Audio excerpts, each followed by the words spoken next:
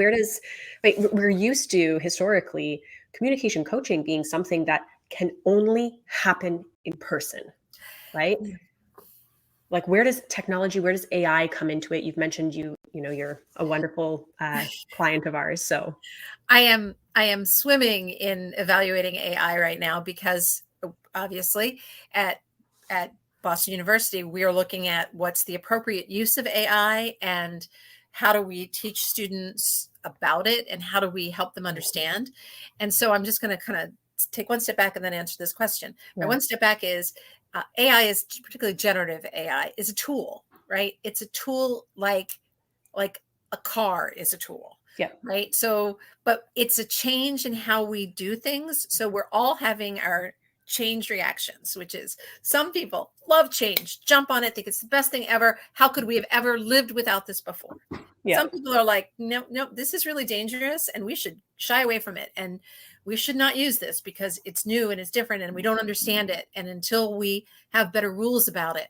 Right. So everybody's, on one part of that continuum between those two ends. Mm-hmm. But the reality is it exists. It is here. And as a future leader or even as a current leader, you got to know what to do with it. Yeah. Right. You need to understand what are the benefits, but also what are the challenges of this. One of the benefits is, of course, that it does this. It allows us to make algorithms of things that used to be done live, right? But can be done using AI support to be done faster, over greater distances because we can be virtual with each other, right? It supports that ability to not have to be live with someone all the time. The flip side of this, of course, when we talk about it, particularly for our students at BU, is it's a source like any other source, right? Particularly, and we focus a little bit on Chat GPT because that's the 800-pound gorilla in the space right now. Right. But Chat GPT is really focused on language, right? Its strength is language. It is not strong on providing sources for its information.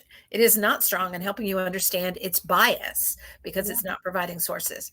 So we say you can use it, but as a source like any other source. So you got to reference it. You got to tell me what you searched, so I can see what you got as feedback, so that you're not copying off of AI to do your assignment, but you're using it as a tool, as a source of information for completing your own work, right?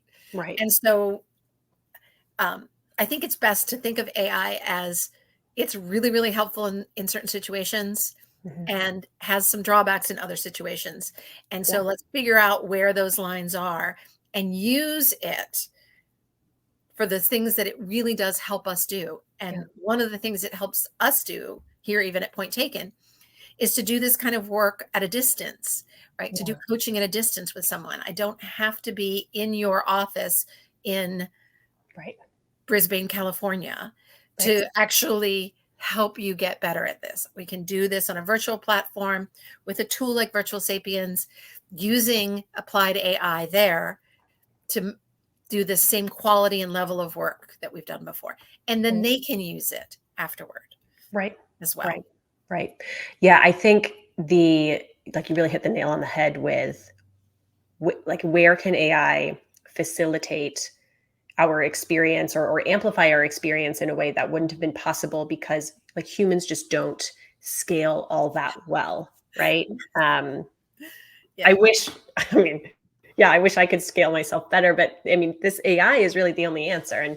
And so it's magical and almost wonderful that we're able to do that, but you have to really tread carefully. And I think something else you said that I think would be a key takeaway here for our listeners is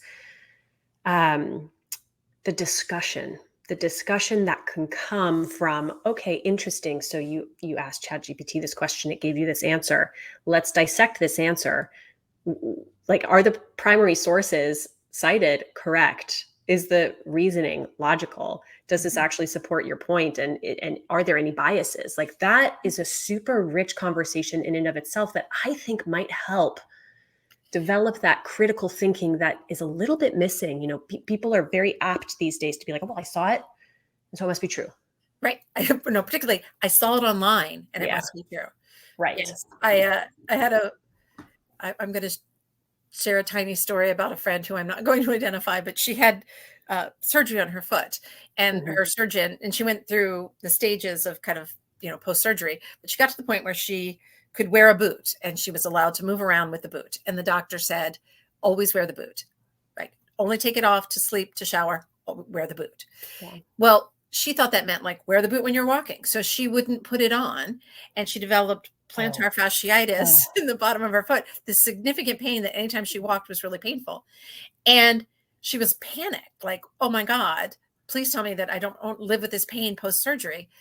And so she went online to AI and asked the question. And the response she got was, you have to always, 24 hours a day, wear the boot. And so she was like, oh, so I always, because the boot helps your leg get used to the weight again, Yeah. right? And Right. it supports the bottom of your foot getting used to bearing the weight again. And she was like, oh, so that's what I did. I just wore the boot again. I was like, but your doctor told you this in person. Your doctor said, That's wear the boot. so funny. But you don't, one, believe him enough, or two, trust him enough to call him back and say, my foot is hurting and what should I do? And here's what I've been doing. But AI Wow. is clearly the answer. Like whatever they gave you, that was clearly the answer. So it strikes me that we somehow trust it more in some ways than we might trust other humans. That is a wild story. I was not expecting you to say that. That's Yeah. really wild. And again, I say it just because I Yeah. think it's something that is maybe built into us as humans, Yeah. that how we create trust and what we trust, and how we've been, how we've developed our workarounds for things like this. So I'm really like, the reason it sticks with me is that I'm intrigued as to why one source is trusted more than another Yeah. source. And when you compare the two, you would, it, from my perspective, I would say, why wouldn't you trust your doctor? Like, why? But apparently they didn't explain Right. it well enough, didn't explain Yep. it in a way that made sense to the audience, Right. right? They just said, do this. They didn't tell her why to do it, Right. where Right. AI gave her the reason why she should be doing it. And so, Right, right. And it's funny because this actually brings us like full circle back to the work that you do at Point Taken. But yeah, it sounds like that yes. doctor could have had a little bit of support in the way Well, that they communicated.